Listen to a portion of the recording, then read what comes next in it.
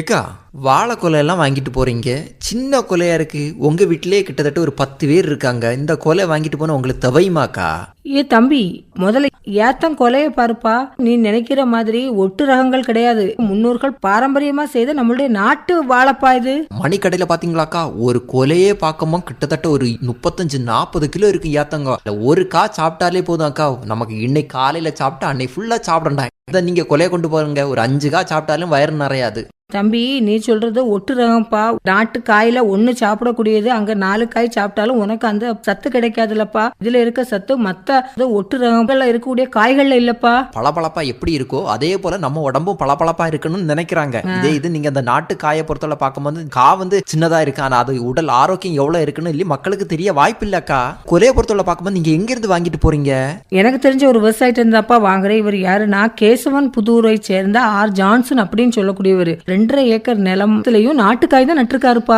சரியக்கா, எனக்கு கொஞ்சம் கண்ணு கிடைக்க வாய்ப்பு இருக்குமாக்கா? கண்டிப்பா கிடைக்கும் தம்பி. இன்னைக்கு இரவு 7:30 மணிக்கு நமது குமரி பண்பலையில பேசுறத முதல்ல கேளுப்பா. ஒரு நாள் அவருக்கு தோட்டத்தை போய் பார்ப்போம், அதுக்கப்புறம் அவர்கிட்ட இருந்து கன்று வாங்குவோம். சரியா? சரியக்கா. வணக்கம். வணக்கம். சொல்லுங்க, நீ முதல்ல உங்களை பத்தி அறிமுகப்படுத்திக்கோங்க. ஜான்சன், தேவசாயபுரம், கேசவன்புதூர். சரி, நீங்க எத்தனை வருடமா விவசாயம் பண்ணிட்டு இருக்கீங்க? ஒரு 30 வருஷமா பண்ணிட்டு இருக்கேன்.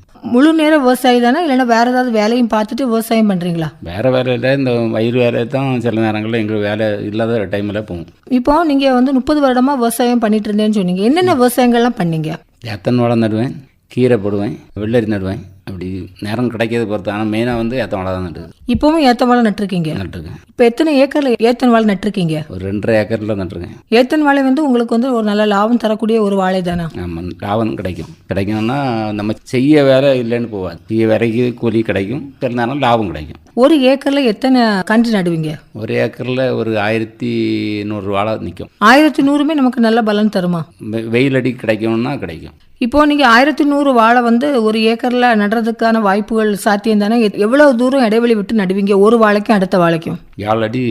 அந்த வாழை எப்படி நடுறீங்க, அதை கன்று எப்படி தேர்வு பண்றீங்க, அதை பற்றி சொல்லுங்க. வாழைக்கன்று எப்படின்னா, நம்ம இன்னொரு வயல்லேருந்து தான் கிடைக்கும். அந்தந்த வயலில் நட்டால் ஈடுபடாது. இன்னொரு வயலில் வந்து மாற்றி நடுவோம். இல்லைன்னா சீசன் கொஞ்சம் பிந்தி நட்டால், ஜனவரி மாதம் அப்படிலாம் நட்டால் பாண்டியிலேருந்து கன்று எடுப்போம், அதுலேருந்து எடுப்போம். இல்லைன்னா இங்கேருந்து வயல் மாற்றி நடுவோம். நட்டால் தான் நல்லா இருக்கும். 2வது வயல் நல்லா துவத்தி இருக்கணும், காஞ்சிருக்கணும். ஆமாம், காஞ்சிருக்கணும். அப்போ தான் வாழை நல்லா வரும். வாழைக்கு தண்ணி எல்லாம் எப்படி கொடுக்குறீங்க? கான் ஒதுக்கி தான் தண்ணி அடைக்கிது. கால்வாய் பாசனம். ஆமாம் ஆமாம். என்ன கோரி தான் விடணும். அது சீசன் போல். சின்ன கண்ணில் கோரான் தான், கொஞ்சம் வாழை வளரும் போது கோரணும். இப்போ நீங்கள் இந்த கன்று தேர்வு பண்ணுறீங்களா, அது எப்படி பண்ணுறீங்க? அதை விதை நேர்த்தி பண்ணி தான் அந்த கன்றுகளை நடுறீங்களா எப்படி? நாங்கள் இப்போ ஒரு வயலில் வாழை கன்று இருக்குன்னா கேடு கன்று எடுக்க மாட்டோம். இருக்கிறதுல நல்ல கன்று பார்த்து தெளிச்சல தான் எடுப்போம். எடுத்து அதுலேருந்து தெளித்து தான் நடுவோம். அப்போ தான் அது எங்களுக்கு பிரயோஜனமாக இருக்கும். கேடு கண்ணுங்கிறத நீங்கள் எப்படி கண்டுபிடிக்கிறீங்க? அது கண்டுபிடிக்கலாம். வாழையை பார்த்தாலே தெரியும். திராணி இருக்கும் நல்ல கன்று, மற்ற திராணி இருக்காது. 2வது மண்ணில் கேடு இருக்கும் சிலது. அந்த பருவத்து அந்த பொடியெல்லாம் போடாமல் இருந்தால் இருக்கும். துவத்தி வயலில் நல்லா துவந்திருந்தால் கண்டிப்பாக கண்ணு கேடு இருக்காது. முளைக்கும் போது அதில் சில கேடுகள் வரும். முளைக்கும் இல்லை, முதல்ல புறங்கேடு இருக்கும். அது நாங்கள் எடுக்க மாட்டோம். பின்ன சூப்பருக்கு கேரளா பற்றி ஆகியிருப்போம். சூப்பர்னா அங்கே கேரளா இடம் வரணும்னு நினைக்கிறேன். ஆனால் நாங்கள் அந்த கண்ணை கூடலும் விரும்ப மாட்டோம். கண்ணு மெயினாக நல்ல கண்ணாக இருந்தால் தான். ஒரு 1000 கன்று நடனோன்னா 1100 கன்று இறக்கும். அந்த இடத்துல 100 கண்ணை கழிப்போம். கழித்து மெயினாக தான் நடுவோம். 100 கண்ணுமே கண்டிப்பாக கழிஞ்சிருமா எப்படி? ஆமாம், கழிஞ்சிரும். சில அளவு கொண்டு நடுவோம். நாங்கள் என்ன மெயின் கன்று பார்த்து தான் நடுவோம். இப்போ அந்த விதை நேர்த்தி ஏதாவது பண்ணி தான் நடுறீங்களா? அது எப்படின்னா, 1 நாள் 2 நாள் துவந்து கிடச்சா போகிறோம். நம்ம இலக்கி 2 நாள், ஒரு வாரத்துக்குள்ளால நட்டால் நல்லா இருக்கும். அதுக்கு மேலே நட்டால் சரி வரும். அதுக்கு மேலேனா கண்ணு காய்ச்ச செலவில் குருத்து வரும்போது கேடு அடிக்கும். ஒரு வாரம் 10 நாளுக்குள்ளால நடணும் அந்த கண்ணு. இப்போ நேந்திர வாழையை பொறுத்த அளவில் அது எத்தனை மாத கால பயிர்? ஏத்த வாழை எப்படின்னா 7 மாதத்தில் குலைக்கும். 6 மாதம் முடிஞ்சாலையும் குலைக்கும். 10 மாதத்துக்கு முன்னே ஒதுங்கும். 10 மாதம் கொலாறு தீரும். இப்போ நீங்கள் போடுறதெல்லாம் இயற்கை உரமா செயற்கை உரமா? ரெண்டும் வரும். ரெண்டும் கலந்து தான் போடுறீங்க. எப்படின்னா கோழி உரம் வைப்போம், சாணாங்கி வைப்போம். அது போக கடையில் உள்ள உரமும் கொஞ்சம். இப்போ எத்தனை தடவை உரம் கொடுக்கணும்? இது எப்படின்னா, ஒரு 4 பருவம் வரும், சிலது 6 பருவம் வரும். அந்த இடத்துக்கு சூழலை பொறுத்து, மழை இருக்கிறத பொறுத்து. மழை இருந்தால், மழை தொடர்ந்து பருவத்துக்கு இருந்தால் 4 பருவத்துலையும் வாழை குலைக்கும்.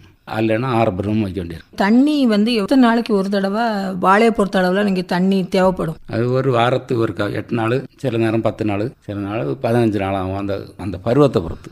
நடுகாலுக்கு அந்த கணிப்பு தெரியும். பொதுவாகவே கொஞ்சம் காஞ்சி இருந்தால் தான் வாழை நல்லா காஞ்சி நனையணும். அதுதான் பருவம். நம்ம சும்மா வெள்ளம் அடைச்சாலும் அந்த இது பாதிக்கும். அதனால காஞ்சி நனைகிறது நல்லது. அதான் ஒரு பருவம். இப்போ நேந்திரம் வாழையை பொறுத்த அளவில் எத்தனை தடவை உரம் கொடுப்பீங்க? 6 வாரம் குறையாமல் வரும். எப்படினாலும் எவ்வளோ நாளைக்கு ஒருக்க கொடுக்கணும்? 1 மாதத்து வரைக்கும் வரும். என்னெல்லாம் மிக்ஸ் பண்ணி கொடுப்பீங்க ஒரு மாதத்துக்கு ஒருக்க கொடுக்கும்போது? அது எப்படின்னா கண்ணு பருவத்தில் கொஞ்சம் உரம் போகிறோம், காம்ப்ளெக்ஸு பாஸ்பேட் அந்த மாதிரி. ஒரு கண்ணு பருவம் தாண்டி வருவதுனால கலத்துவோம். எள்ளுபடி கடலைப்புண்ணாக்கு மற்ற கடவரம் எல்லாம் கலத்தி போடும். எப்படின்னா சாணாங்கி எல்லாம் வச்ச பிறகு கலத்து உரம் போட்டால் தான் அது வாழை நல்ல ஜம்முன்னு வரும். முதல் ஸ்டார்டிங்கில் சாணங்கி உரம் போட்டு தான்? வேண்டாம், ஸ்டார்டிங் வேண்டாம், 2வது பருவத்திலேருந்து வரணும். 2வது பருவத்திலேருந்து சாணி உரம் போடுவீங்க? ஆமாம். முதல் பருவத்தில் என்ன வைக்கிறீங்க? சும்மா வெறும் காம்ப்ளெக்ஸோ பாஸ்பேட்டோ அப்படி மாதிரி சாக்குரம் தான் போடும். 2வது தடவை சாணி வைப்பீங்க? வைப்போம். அதுக்கப்புறம் இந்த எள்ளு புண்ணாக்கு அந்த மாதிரிலாம் வைப்பீங்க? எள்ளு பொடி. எள்ளு பொடி. ஆமாம், எள்ளு பொடி, கடலை புண்ணாக்கு அதெல்லாம் போட்டு ஸ்ட்ராங்காக வேலை செய்தால் நல்லா தான் இருக்கும். திருப்பி 6வது மாதம் கழிச்சு திருப்பி உரம் கொடுப்பீங்களா? 6வது மாதம் குலைச்சிடும்ல, அது குறைச்ச பிறகு உரம் தேவையில்லை? தேவை உண்டு. அது மடக்கின பிறகு ஒரு பொட்டாசு மட்டும் போடும். சரி, தண்ணி வந்து 10 நாளைக்கு ஒருக்க கொடுத்தா போடும்? 10 நாள், 15 நாள், 8 நாள். அது மண்ணுக்கு காயது பொறுத்து, பூமி காயது பொறுத்து. இப்போ நீங்கள் வந்து இந்த கன்றுகள்லாம் தேர்வு பண்ணுறீங்களா? அது வந்து நாட்டு கன்றுகள் தானா இல்லைன்னா இப்போ உள்ள ஒட்டு கன்றுகளா? இல்லை, ரெண்டும் உண்டு.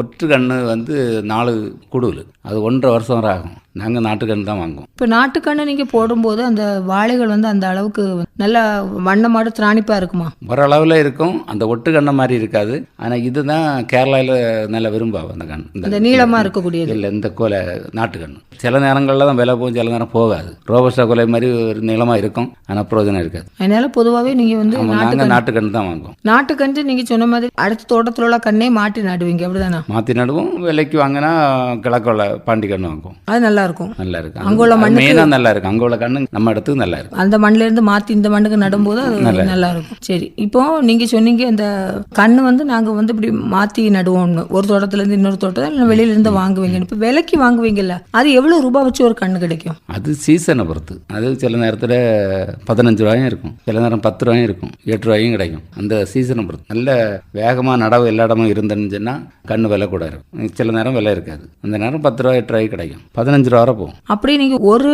கண்ணை நீங்கள் விலை கொடுத்து 15 ரூபாய்க்கு வாங்கி அதை வந்து நல்ல பருவம் பண்ணி எவ்வளவு ரூபாய் வந்து உங்களுக்கு வந்து செலவு போக ஒரு கொலையில் உங்களுக்கு லாபம் கிடைக்கும்? அது நிர்ணயமாக சொல்ல முடியாது. அது ஒரு கொலையில் 200 ரூபா லாபமும் கிடைக்கலாம், 250 கிடைக்கலாம், 150 கிடைக்கலாம், 100 ரூபாயும் கிடைக்கலாம். அது ஒரு நிர்ணயமாக நமக்கு கணிக்க முடியாது. அந்த சீசனை பொறுத்து சீசனை பொறுத்து விற்கும், விற்கிறதை பொறுத்து லாபம். இப்போ எந்த சீசனில் வந்து உங்களுக்கு ஏத்தங்கொலையை நீங்கள் வெட்டுனா உங்களுக்கு லாபம் கிடைக்கும்? ஏன்னா எல்லா சீசனும் நடவு இருக்கு. எப்போ விற்கிது விற்கலன்னு யாருக்குமே சொல்ல முடியாது. அது எந்த வியாபாரிக்கும் சொல்ல முடியாது. ஏன்னா எல்லா சீசன்லையுமே இப்போ நேந்திரம் வாங்கிட்டு தான் இருக்காங்க. ஆமாம், இருக்கு. எல்லா விவசாயம் போட்டுட்டு தான் இருக்காங்க பரவலாட்டு. ஆமாம்.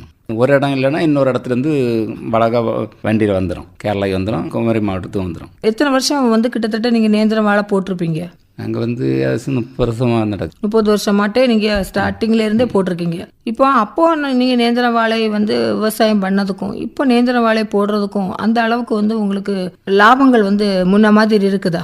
முன்னால விட லாபம் இப்போ கொஞ்சம் குறவுது. ஆனால் இந்த வருஷம் எல்லாம் விலை இருக்குது, சில வருஷம் விலை இல்லை. 2-3 வருஷம் எல்லாம் பார்க்கும்போது விலை இல்லை. இந்த வருஷம் எல்லாம் பரவாயில்ல விலை இருக்குது. அது எப்போ கிடைக்கி எப்போ விலை இல்லைன்னு சொல்ல முடியாது. ஆனாலும் செய்ததுக்கு பலன் உண்டு, அது நஷ்டப்படுத்தாது. இப்போ வந்து இந்த விற்பனை வாய்ப்புகள் வந்து இந்த நேந்திரன் வாழைக்கு எப்படி இருக்குது? இப்போ எப்போவுமே அந்த ஏத்தன் வாழை பொறுத்தளவில் விலை இருக்க தான் செய்யும். இருக்குது. கேரளா வியாபாரி வந்து எடுத்துகிட்டு போகிறாங்க. உங்கள் தோட்டத்திலே வந்து எடுத்துருவாங்க? தோட்டம்னா ரோட் சைடில் கொண்டு கொடுக்கணும், தோட்டத்துக்குள்ள வர மாட்டாங்க.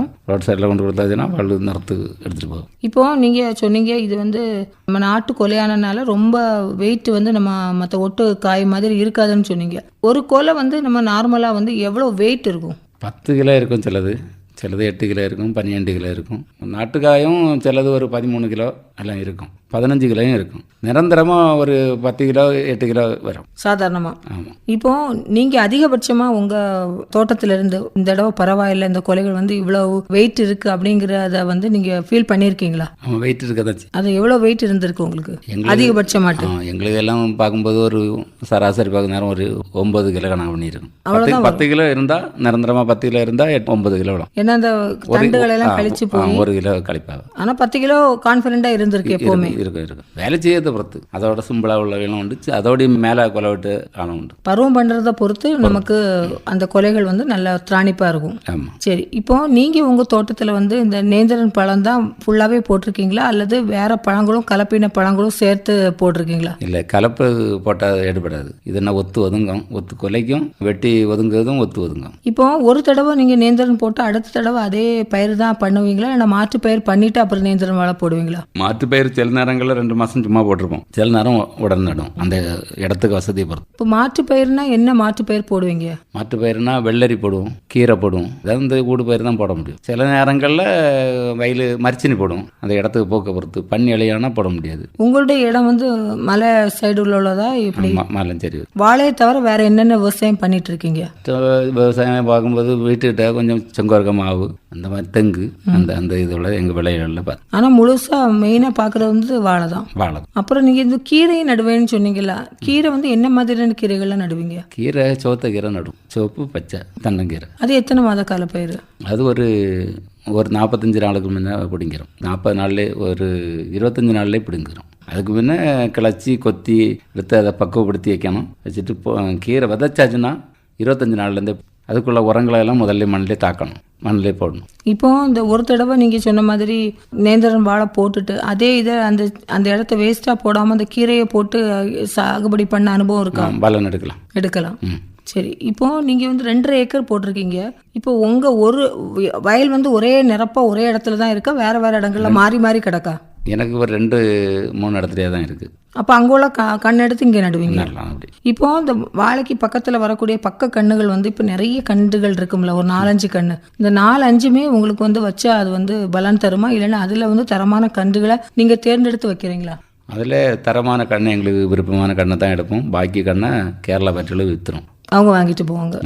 அப்போ நீங்கள் எவ்வளோ ரூபா வச்சு அந்த கண்டை கொடுக்கீங்க? அது கணிக்க முடியாது, அந்த சீசனை பொறுத்து விற்கும். அது மூட்டு கணக்கு. அது எப்படின்னா நாங்கள் இழக்காமல் விற்றோம்னா 10 ரூபா 12 ரூபா ஒரு மூட்டுக்கு தருவாங்க. பாக்கி அவள் சம்பளத்தில் நான் பைசா போயிடும், அதனால அப்படி எடுப்பாங்க. அது வந்து ஃப்ரீயாகவே எடுத்துகிட்டு போயிடுவாங்க, சம்பளத்துக்கு பதிலாக அந்த கண்டுகளை தூக்கிட்டு போயிடுவாங்க. ஆமாம், கண்டுகளை எடுத்துகிட்டு போயிடுவாங்க. இல்லை, கண்ணில் அவள் வியாபாரி வாங்கி அவள் இழக்கும் போது அவைகளுக்கு பைசா கூடுதல் செலவழியும். அதனால எங்கள்கிட்ட குறைச்சி தான் தருவாங்க, அவள் கொண்டு விற்கிறதுல பைசா கூட விற்பாங்க. அந்த மாதிரி பண்ணுவாங்க. சரி, இப்போ நீங்கள் சொன்னீங்க கரெக்டாக பருவம் பண்ணால் நமக்கு வந்து நேந்திரன் வாழையில் ஒரு நல்ல லாபம் கிடைக்கும்னு சொன்னீங்க. இப்போ இந்த நேந்திரன் வாழையில் பூச்சி தாக்குதல் அந்த மாதிரி ஏதாவது இருக்குமா? அது இருக்கதாச்சும் சில நேரம் வரும். அதுக்கு பருவத்துக்கும் நம்ம மருந்து அடிக்கணும். என்ன மாதிரியான பூச்சி தாக்குதல்கள்லாம் நேந்திரன் வாழையை பொறுத்தளவில் வரும்? அது சின்ன வாழையில் இந்த பக்கி இந்த ஒரு மாதிரி பொடி அதுக்கு மருந்து அடிக்கணும். வளர்ந்த பிறகு கொட்டியான் அதுக்குள்ள மருந்து அடிக்கணும். வேதி மருந்து தான் அடிக்கிறீங்களா, மற்ற இயற்கை மருந்து தான் அடிக்கிறீங்களா? இயற்கை மருந்து இல்லை, உரக்கடையிலிருந்து வாங்கியது.